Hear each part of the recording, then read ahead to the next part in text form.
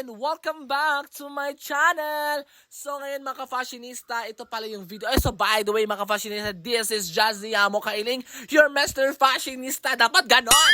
So ito pala yung video ko kahapon mga ka-fashionista kasi nagpadala ko kahapon sa sa costume ko sa aking client from New Zealand. So actually this is my first time talaga mga ka-fashionista kasi sa LBC po ako nagpapadala kasi last time kasi pumunta ako sa GNT kaso nga pinapakansil ni client dahil gusto niya agad na ipapadala sa New Zealand mga ka-fashionista kasi pinag-usapan kasi namin ni client na yung kaibigan na lang niya ang magdala papuntang New Zealand. Kaso nga nag-change ang mind ni client pero okay din mga ka-fashionista kasi naka-experience ako ng ganito and of course international lang talaga mga ka-fashionista. No, ako talaga ang nagsulat doon na magan from New Zealand talaga. I'm so happy mga ka-fashionista!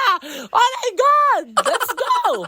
So yes, yung kasama ko pala yung mga ka-fashionista is yung papa ko. So nandito na kami sa LBC mga ka-fashionista. Since din of course yung daddy ko, basta yung papa ko is wala siyang trabaho kasi day off niya mga ka-fashionista. So ganon. So nandito na kami sa LBC mga ka-fashionista. And thank you so much sir and of course kay ma'am sa pag-assist namin dito mga ka-fashionista. So ganon. Ang ganda talaga ng pagkabalot nila mga ka-fashionista and very secure. So galing talaga ako dyan mga ka-fashionista, nag-withdraw ko kanina, ganon.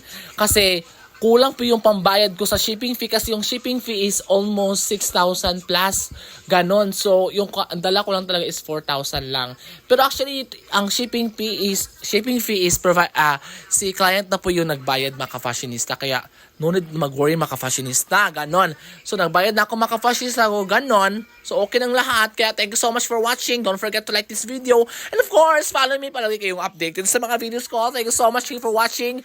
Bye-bye! By the way, thank you so much Lord for everything. Oh my God!